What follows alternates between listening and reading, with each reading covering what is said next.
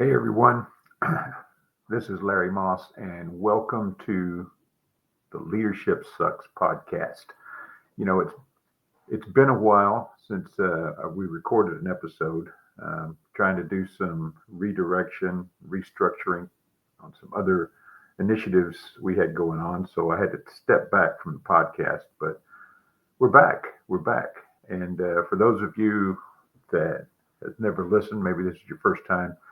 The Leadership Sucks podcast is a podcast for the leader and the led, because no matter what your perspective on the leadership cycle, sometimes leadership sucks. And we hope to give you some tools, techniques, and methodologies to make it suck a little less. And we have fun along the way. So we're going to dive into, leadership, teamwork, and how to bring the best out of people you lead, right? Uh, as we're tackling a topic today that every leader needs to focus on, if they want to make 2025 a success. And that's how to identify and address the behaviors that are holding your team back. Now, if you've ever looked at your team and thought, we could be doing so much better if only fill in the blank, then this episode's for you. Today, we're going to break down everything into 8 steps. Along the way, I'm going to share some examples, some reflective questions, and even a quick exercise or two. By the end, hopefully you have a clear plan to set your team up for success in the new year of 2025. I know everybody's excited about setting those New Year's resolutions, both professionally and personally, but we'll help you a little bit. So let's get started. Step 1. Define success. I know it sounds obvious, right? But so many leaders skip this step or do it in a way that is too broad. Success isn't just about hitting numbers. It's about creating an environment where the right behaviors thrive. For example, think about a team trying to improve customer experience. Success isn't just about hitting higher ratings or more sales. It's about behaviors like being empathetic, solving problems proactively, and taking ownership when things go wrong. So here's a quick exercise for you. Take a moment to reflect on your team's big goals for 2025, if you have them already set or if you're thinking about them. What behaviors do they need to live out to make these goals a reality? Write down 3 behaviors. Pause the podcast if you need to.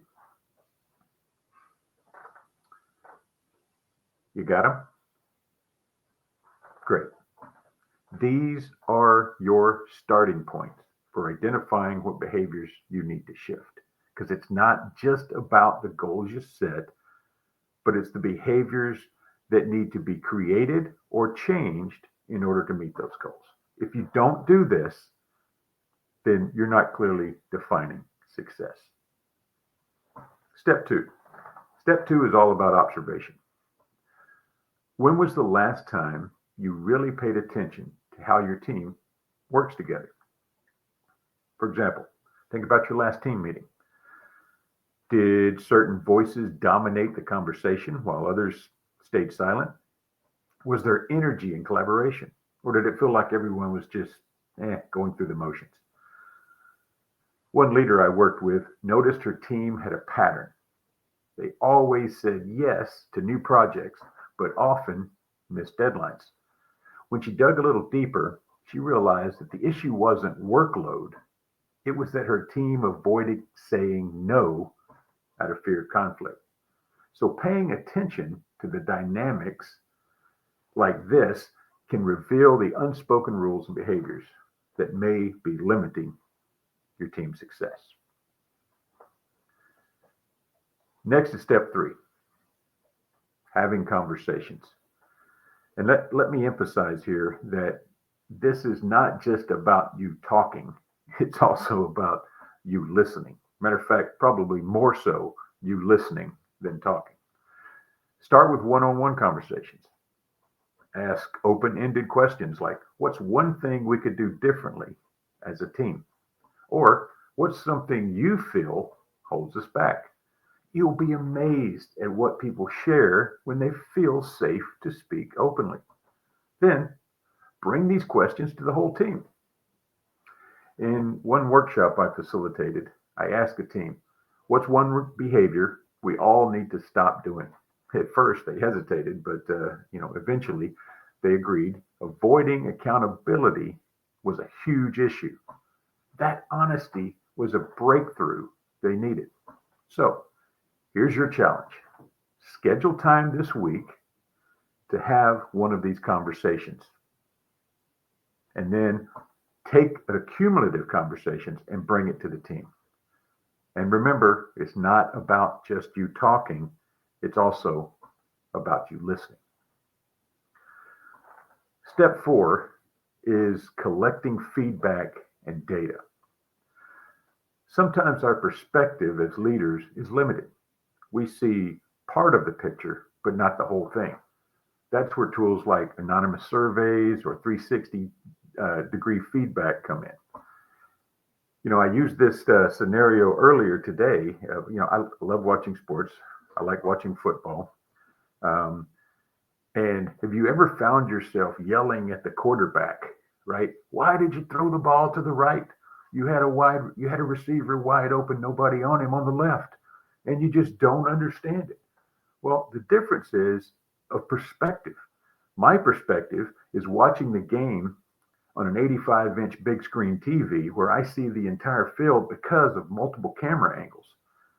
The quarterback only sees the 300-pound lineman barreling down on him, and he sees where he wants to throw it, but he doesn't see other options. That's why he gets sacked, or he throws an incomplete pass, or he throws an interception, because of perspective. Okay, so let's pull this in a little bit. So, for example, you could ask your team to rate statements like, "I feel comfortable sharing my ideas." See what they say. Is it a yes? Is it a no? Always? Sometimes? Absolutely never? Or what about, "We address challenges openly and constructively"? The results may surprise you. So what you think you see may not be true. I once worked with a team where 80% of the members said that they didn't feel heard in meetings. The leaders had no idea this was an issue because the loudest voices in the room dominated her perspective. Numbers like these are powerful, so they can help you focus on what really needs to change, not what you think needs to change.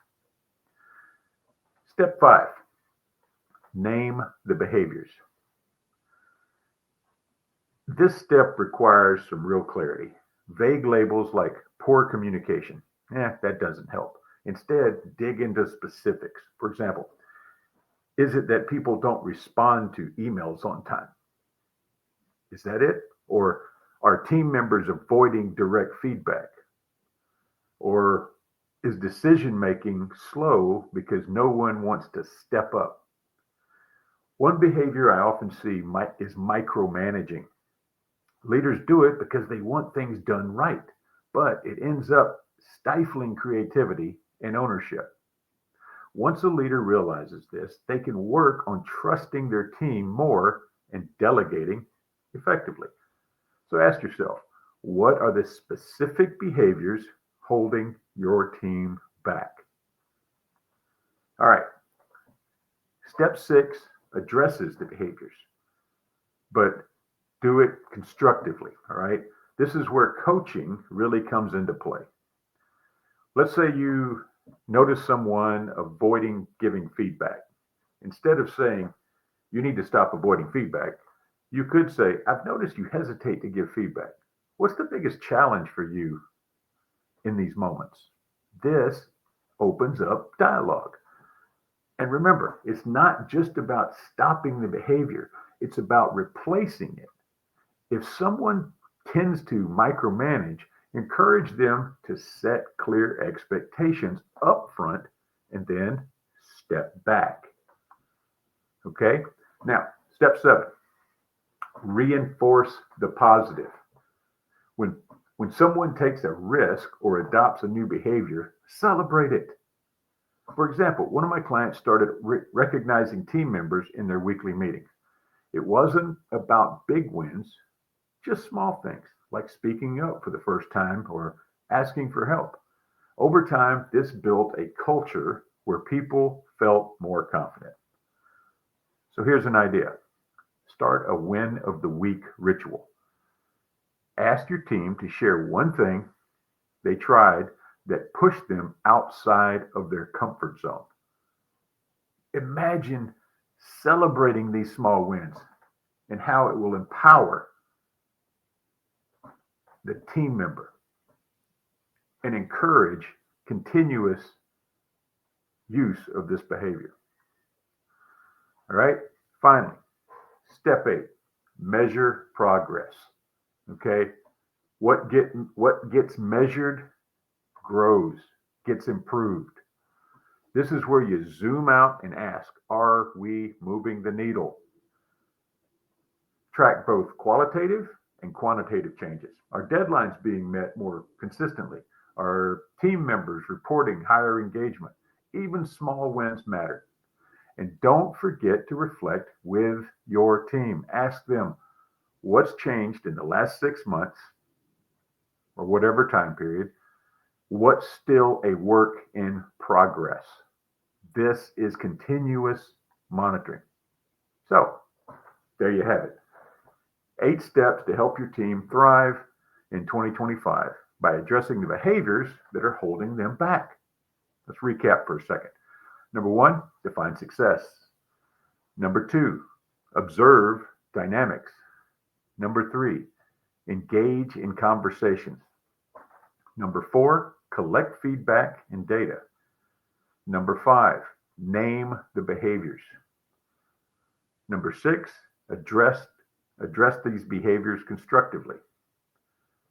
Number 7, reinforce the positive.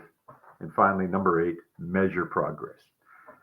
If you take the process seriously, you'll create a team culture that's not just productive, but also resilient and collaborative.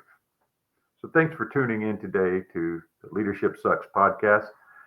If this episode resonated with you, please share it with someone who could use these insights. And don't forget to subscribe for more tips and stories on leadership and teamwork. Until next time, keep leading with purpose and passion. Thank you.